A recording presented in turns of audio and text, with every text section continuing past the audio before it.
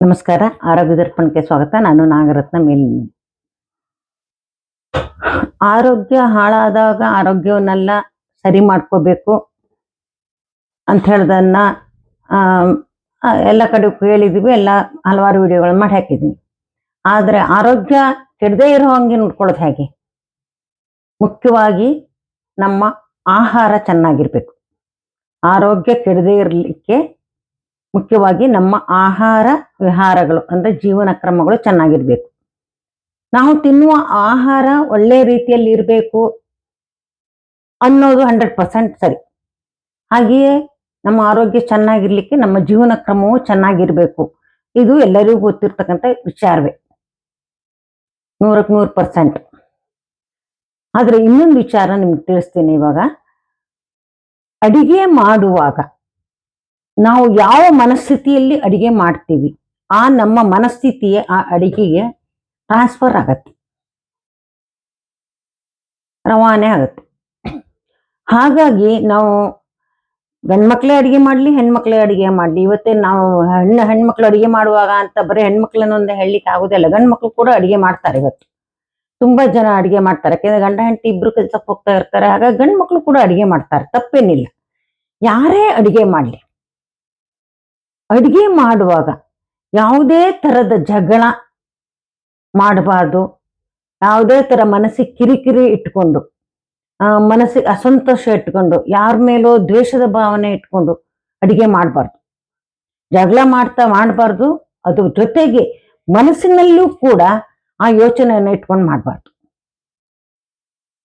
ಹಾಗೆ ಮಾಡಿದಾಗ ಆ ನಮ್ಮ ಜಗಳ, ಕಿರಿಕಿರಿ, ಅಸಂತೋಷ ಇವೇ ನಮ್ಮ ಆಹಾರಕ್ಕೆ ಹೋಗುತ್ತೆ. ಅದು ನಮ್ಮ ಆಹಾರವನ್ನ ಅಶುದ್ಧ ಮಾಡುತ್ತೆ. ಅದಕ್ಕೆ ನಾವೇನ್ ಮಾಡ್ಬೇಕು ಅಂತಂದ್ರೆ, ಒಂದು ಗಾಯತ್ರಿ ಮಂತ್ರವನ್ನು ಹೇಳ್ಕೊಳ್ತಾ ಅಡಿಗೆ ಮಾಡಿ, ಅಥವಾ ದೇವರ ನಾಮಗಳನ್ನು ಹೇಳ್ಕೊಳ್ತಾ ಅಡಿಗೆ ಮಾಡಿ.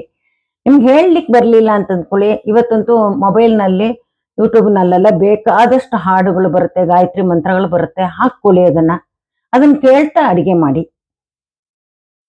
ಅದರಿಂದ ನಿಮ್ಮ ಆಹಾರ ದೇವರ ಪ್ರಸಾದವಾಗಿ ಮಾರ್ಪಾಟಾಗುತ್ತೆ. ಆಹಾರ ಶುದ್ಧವಾಗುತ್ತೆ. ನಾವು ಅಡಿಗೆನಲ್ಲಿ ಏನೇ ಒಂದು ಸಣ್ಣ ಪುಟ್ಟ ವ್ಯತ್ಯಾಸ ಮಾಡಿದ್ರು ಕೂಡ ಅದು ಶುದ್ಧವಾಗುತ್ತೆ. ನಾವು ತಿನ್ನುವ ಆಹಾರವನ್ನು ದೇವರಿಗೆ ನೈವೇದ್ಯ ಮಾಡಿ ತಿನ್ಬೇಕು ಅಂತ ಹೇಳ್ತೀವಿ ನೋಡಿ. ಪ್ರಸಾದ, ದೇವರ ಪ್ರಸಾದವಾಗಿ ನಾವು ಊಟ ಮಾಡ್ಬೇಕು ಅಂತ. ನೀವು ಎಲ್ಲರೂ ತಿಂದಿರ್ಬೋದು ದೇವಸ್ಥಾನಗಳೆಲ್ಲ ಆಹಾರ ಪ್ರಸಾದವನ್ನ. ದೇವಸ್ಥಾನದಲ್ಲಿ ಮಾಡಿದ ಪ್ರಸಾದ ಎಷ್ಟು ರುಚಿಯಾಗಿರುತ್ತೆ ನೋಡಿ. ಅದೇ ರೆಸಿಪಿ ತಂದು ನಾವು ಮನೇಲಿ ಮಾಡಿದ್ರೆ ನಮ್ಗೆ ಆ ರುಚಿ ಬರೋದೇ ಇಲ್ಲ. ಯಾಕೆಂದ್ರೆ ಅದು ದೇವರಿಗೆ ಸಮರ್ಪಿತವಾಗಿ ಬಂದಿರುತ್ತಲ್ಲ, ಅದಕ್ಕೆ ಅಷ್ಟು ರುಚಿಯಾಗಿರುತ್ತೆ. ಇದು ನಿಮ್ಗೆಲ್ಲರಿಗೂ ಗೊತ್ತಿರ್ತಕ್ಕಂಥ ವಿಚಾರ. ದೇವರ ಪ್ರಸಾದ ಅಂತ ತಿಂದಾಗ, ದೇವರ ಪ್ರಸಾದವನ್ನಾಗಿಸಿ, ನಾವು ತಿನ್ನುವ ಆಹಾರವನ್ನ ದೇವರ ಪ್ರಸಾದವನ್ನಾಗಿಸಿ ತಿಂದಾಗ ಆ ಆಹಾರ ಪರಿಶುದ್ಧವಾಗಿರುತ್ತೆ.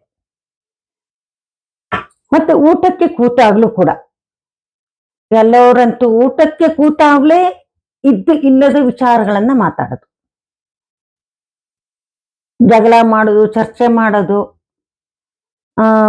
ಏನೆಲ್ಲ ವಿಚಾರಗಳು, ಇನ್ನೊಬ್ಬರ ಮೇಲೆ ದೂರ ಹೇಳೋದು. ಅವ್ರು ಊಟ ಟೇಬಲ್ ಮೇಲೆ ಬಂದಾಗ್ಲೇನೆ, ಊಟ ಕೂತಾಗ್ಲೇನೆ ಈ ತರ ಮಾಡ್ತಾರೆ.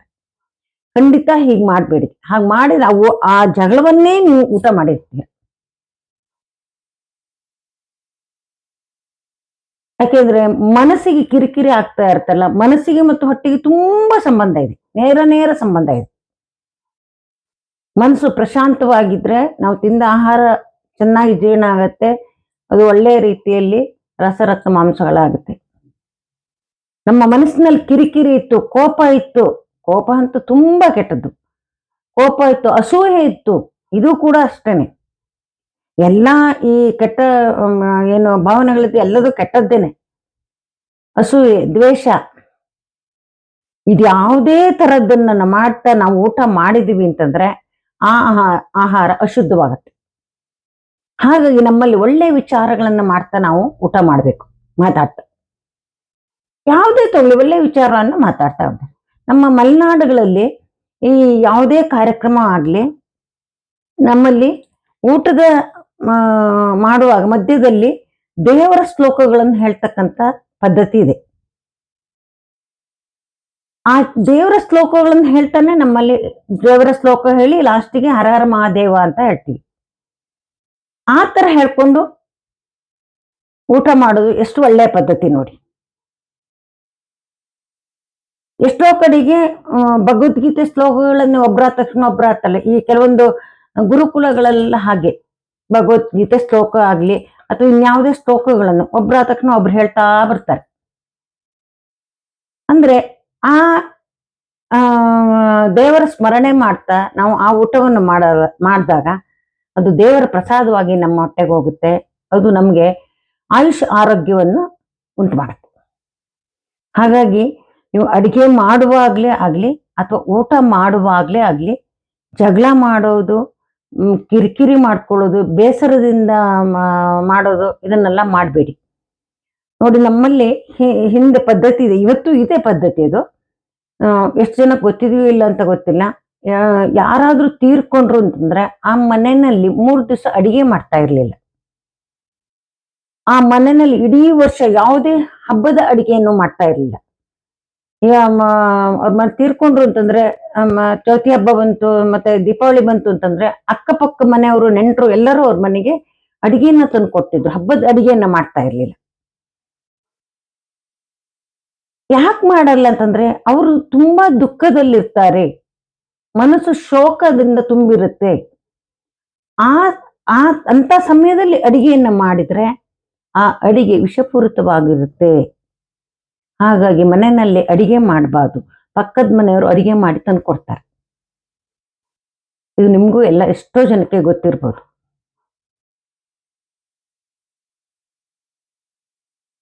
ನೋಡಿ, ನೀವು ಹೆಣ್ಮಕ್ಳೇ ಆಗ್ಲಿ ಗಂಡು ಮಕ್ಳೇ ಆಗ್ಲಿ ದಯವಿಟ್ಟು ನಿಮ್ಮ ಯಾವುದೇ ಚರ್ಚೆ ತರ್ಕಗಳೇ ಇರ್ಲಿ, ಊಟ ಎಲ್ಲ ಮುಗಿಸಿದ್ಮೇಲೆ ಕುತ್ಕೊಂಡು ಮಾತಾಡಿ.